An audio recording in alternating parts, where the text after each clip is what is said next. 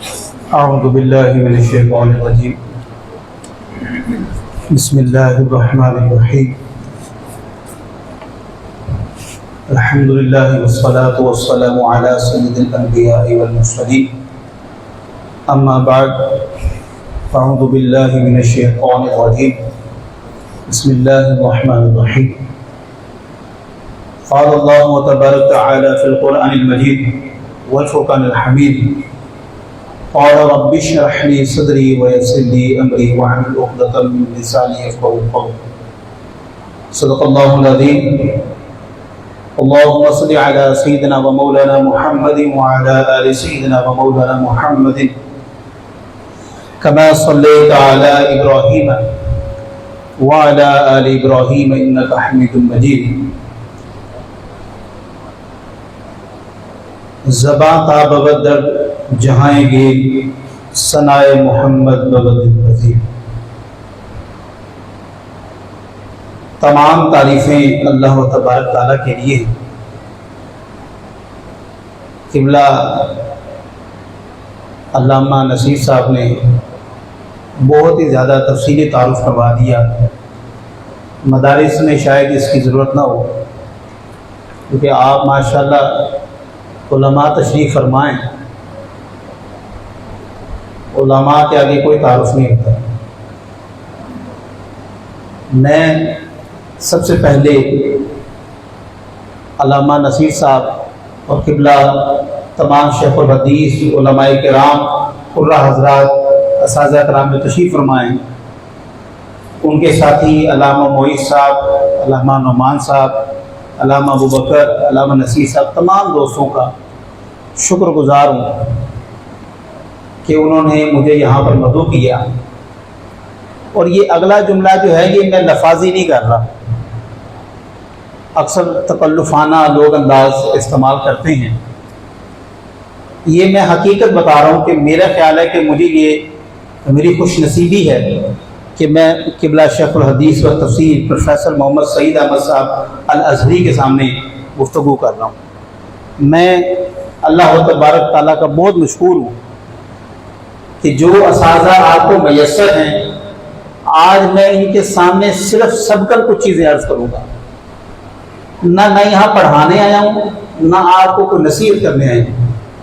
کچھ چیزیں سوسائٹی میں جو میں نے دیکھی ہیں وہ آپ کے گوش گزار کرنی ہیں کہ میرا بیک گراؤنڈ بھی مدرسے سے ہے. بلکہ جب میں مدرسے میں داخل ہوا تو کچھ بچے جو ہے قصیدہ برد شریف پڑھ رہے تھے.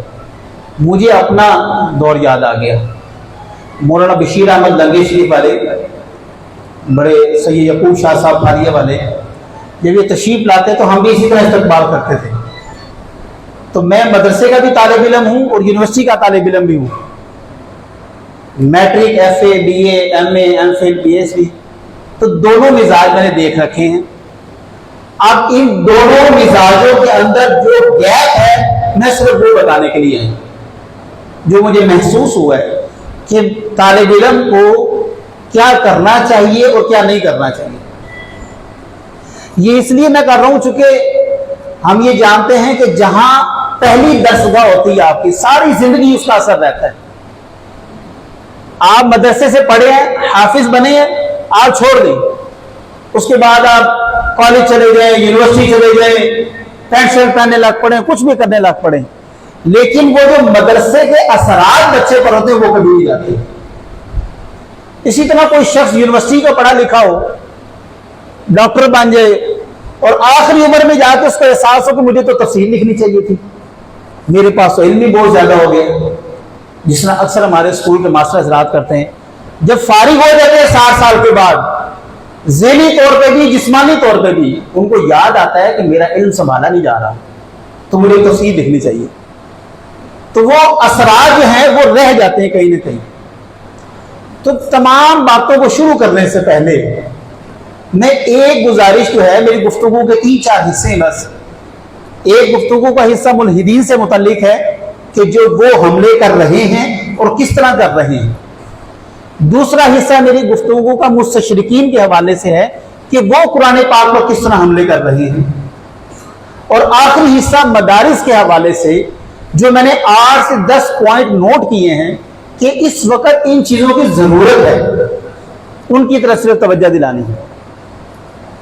لیکن ان تمام باتوں سے پہلے ایک بات، یہ چھوٹے بچے بھی حفاظ بیٹھے ہوئے، قرہ بیٹھے ہوئے، علماء بھی تشریف فرما ہیں، ان سے یہ عرض کرنی ہے کہ اگر آپ کے پاس اخلاص نیت نہیں ہے، یہ اللہ کی نعمت ہے، اور اگر یہ میسر نہیں ہے تو یہ ساری دینی تعلیم کا کوئی فائدہ نہیں۔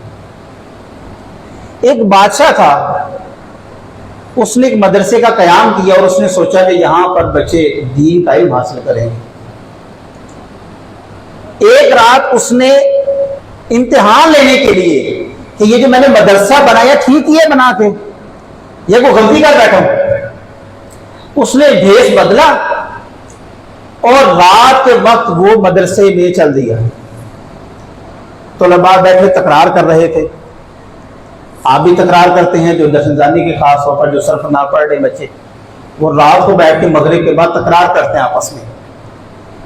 گزارا بھائی ازری بزربن کو وزاری بن ان کو سناتا ہے، وہ اس کو سناتا ہے، قاتلا قاتلا قاتلو، مار دو ایک بندے کو، مار دو دو بندوں کو، مار دو سب بندوں کو۔